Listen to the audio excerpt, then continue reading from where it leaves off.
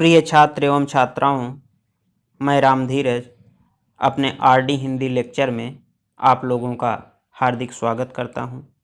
हम लोग रसखान के सवैये का अध्ययन कर रहे हैं और इसी कड़ी में आइए आज हम उनके अगले पद का अध्ययन करते हैं।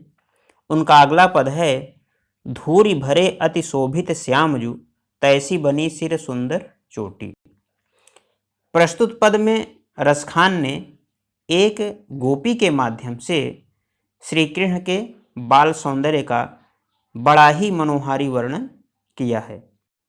तो इस पद की व्याख्या लिखने से पूर्व हम इसका संदर्भ लिखेंगे और संदर्भ वैसे ही लिखा जाएगा जैसा कि मैंने सूरदास के प्रथम पद की व्याख्या में बताया था। तो यहाँ हम इसकी व्याख्या और काव्य सौंदर्य को ही देखेंगे। तो आइए इसकी व्याख्या देखते हैं। धूरि भरे यानी धूल से भरे हुए, श्यामजू, श्यामजू का अर्थ है श्री कृष्ण, पग, पग माने पैर, और पैजनी, पैजनी का अर्थ होता है पायल या घुंघरू। पीरी, पीरी का अर्थ यहाँ पे पीली है अर्थात पीला रंग। कछौटी, कछौटी का मतलब कच्छा। तो एक गोपी कहती है, धूरि भरे अति शोभित श्यामजू तैसी बनी सिर सुंदर चोटी, खेलत खात फिरे अंगना पग पैजनी बाजती पीरी कछौटी। श्री कृष्ण के बाल रूप को देखकर एक गोपी अपनी सखी से उनके उस रूप सौंदर्य का वर्णन करती हुई कहती है कि हे सखी, बालक श्री कृष्ण का वह बाल रूप कितना मनोहर है। वह धूल से सने हुए अत्यंत सुंदर लग रहे हैं। सिर पर बनी हुई उनके बालों की चोटी भी वैसी ही शोभा पा रही है।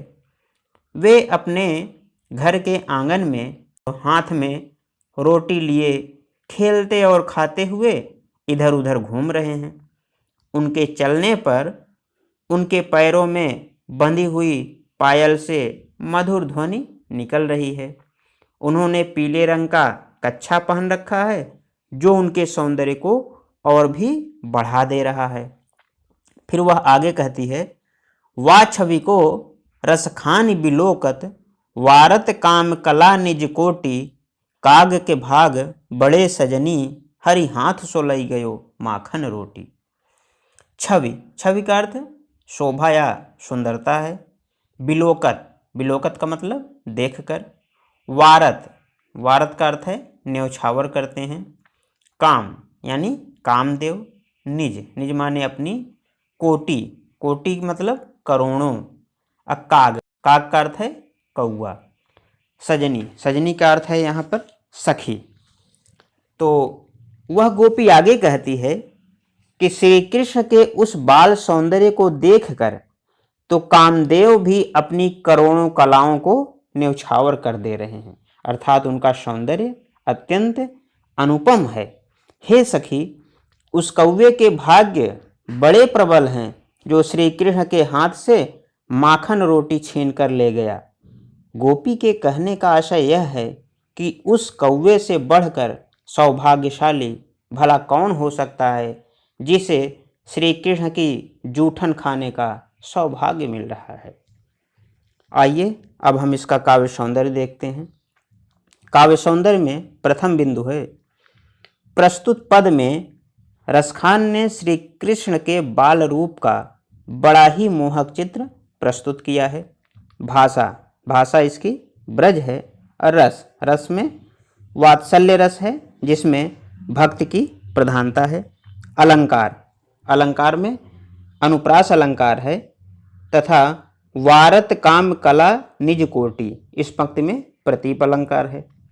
छंद, छंद में सवैया छंद है और गुण, गुण में माधुर्य गुण है। भाव साम्य, तुलसीदास जी ने भी श्री राम की बाल छवि का चित्र कुछ इसी प्रकार खींचा है।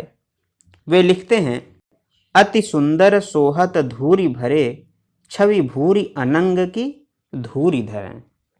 तो इस प्रकार हमारे इस पद की व्याख्या पूर्ण होती है। आशा है यह वीडियो आपको अच्छा लगा होगा। धन्यवाद।